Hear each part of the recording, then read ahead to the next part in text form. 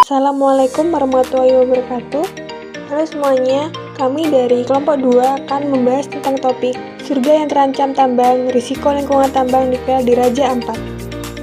Tujuan video ini dibuat untuk menyelesaikan tugas mata kuliah risk management. Sebelum membahas topik utama, saya akan memperkenalkan anggota kelompok 2 yang terdiri dari Muhammad Al-Mubarak sebagai penyusun materi, lalu Adelia Yasi Pranita sebagai editor, lalu Dian Citra Maharani sebagai narator 1, dan terakhir ada Dinda Putri Rahmawati sebagai narator 2. Raja Ampat, surga yang terancam tambang. Kalau teman-teman pernah lihat gambar atau video tentang Raja Ampat, pasti sepakat kalau tempat ini seperti surga yang turun ke bumi. Lautnya jernih, terumbu karangnya indah, dan alamnya masih sangat alami. Raja Ampat bahkan dikenal sebagai salah satu wilayah dengan keanekaragaman hayati laut tertinggi di dunia. Tapi keindahan itu sekarang sedang berada dalam ancaman. Salah satu pulau di Raja Ampat, yaitu Pulau Gak, saat ini menjadi lokasi eksplorasi tambang nikel oleh sebuah perusahaan bernama PT Gak Nikel, anak usaha dari PT Aneka Tambang Tbk.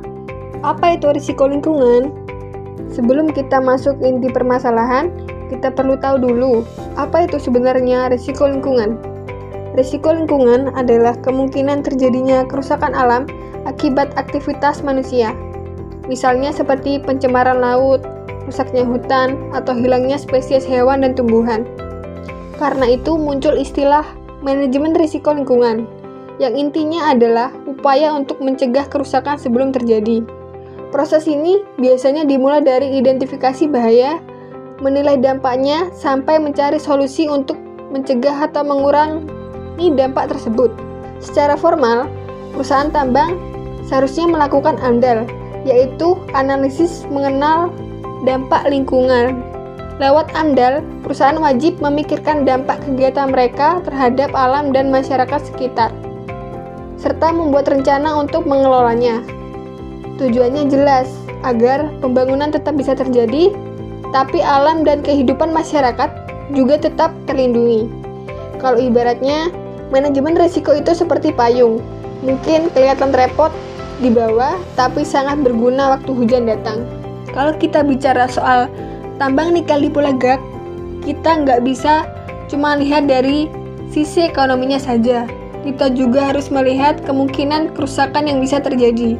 Nah, inilah yang disebut sebagai risiko lingkungan. Pertama, ada risiko ekologis, artinya ekosistem alam bisa terganggu. Contohnya, terumbu karang rusak karena sedimentasi dari tambang, atau pencemaran laut karena limbah. Di Raja Ampat, yang lautnya jadi rumah bagi lebih dari 500 spesies karang, kerusakan kecil saja bisa berdampak besar ke seluruh rantai makanan laut. Kedua, ada resiko sosial. Kalau lingkungan rusak, masyarakat adat yang menggantung hidup dari laut dan hutan bisa kehilangan sumber penghasilan. Bukan cuma soal ekonomi, tapi juga soal identitas dan budaya yang mereka jaga sejak lama. Ketiga, ada resiko hukum dan reputasi. Kalau izin tambang dilakukan di area konservasi tanpa partisipasi masyarakat, bisa saja melanggar aturan. Reputasi perusahaan juga bisa jatuh. Bahkan pemerintah juga mendapat kritik dari dalam dan luar negeri. Jadi jelas resikonya bukan cuma ke alam, tapi ke banyak aspek. Gimana cara mengukur resiko itu? Setelah tahu ada risiko, langkah berikutnya adalah mengukur dan menilai seberapa besar kemungkinan risikonya terjadi dan seberapa berat dampaknya kalau benar-benar terjadi. Biasanya digunakan yang namanya matriks risiko. Sederhananya, kita buat tabel yang menilai seberapa sering dan seberapa parah.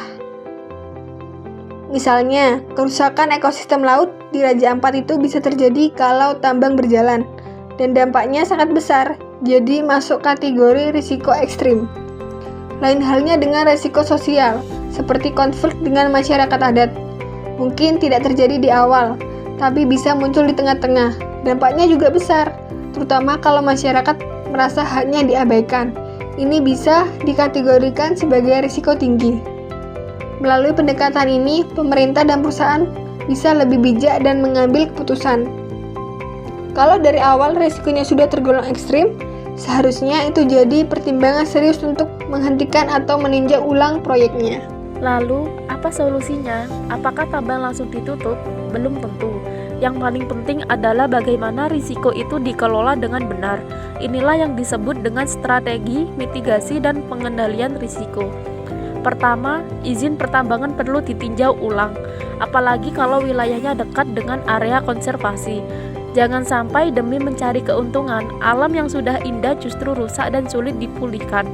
Kedua, harus ada reklamasi dan rehabilitasi lahan tambang. Jadi, setelah selesai ditambang, alamnya diperbaiki kembali. Selain itu, perusahaan harus benar-benar menjalankan AMDAL dengan transparan dan melibatkan masyarakat, bukan hanya formalitas di atas kertas. Pemantauan lingkungan juga harus dilakukan secara berkala oleh tim yang independen, bukan dari perusahaan sendiri. Penerapan prinsip ESG, Environmental Social Governance, juga sangat penting. Artinya, kegiatan usaha harus memperhatikan dampak lingkungannya, dampak sosial ke masyarakat, dan dikelola secara bertanggung jawab. Karena zaman sekarang, perusahaan nggak cuma dinilai dari beberapa untungnya, tapi juga dari bagaimana cara mereka menjaga lingkungan. Kalau kita bicara soal tambang, nggak bisa hanya lihat dari sisi perusahaan atau pemerintah. Kita juga harus dengan suara masyarakat yang tinggal langsung di lokasi. Mereka bukan sekedar penonton, mereka yang paling terdampak. Banyak masyarakat adat di Pulau Gak dan sekitarnya menyuarakan penolakan mereka. Mereka bilang wilayah itu bukan cuma tanah biasa, tapi bagian dari warisan nenek moyang yang punya nilai budaya dan spiritual. Ada tempat-tempat yang dianggap keramat, hutan tempat berburu, dan laut tempat mereka mencari nafkah. Di sisi lain, ada juga sebagian warga yang mendukung tambang karena berharap bisa membuka lapangan kerja dan membawa pembangunan. Tapi harapan itu nggak akan berarti kalau di kemudian hari alam rusak dan masyarakat justru kehilangan mata pencaharian utama. Konflik semacam ini sering terjadi di banyak daerah.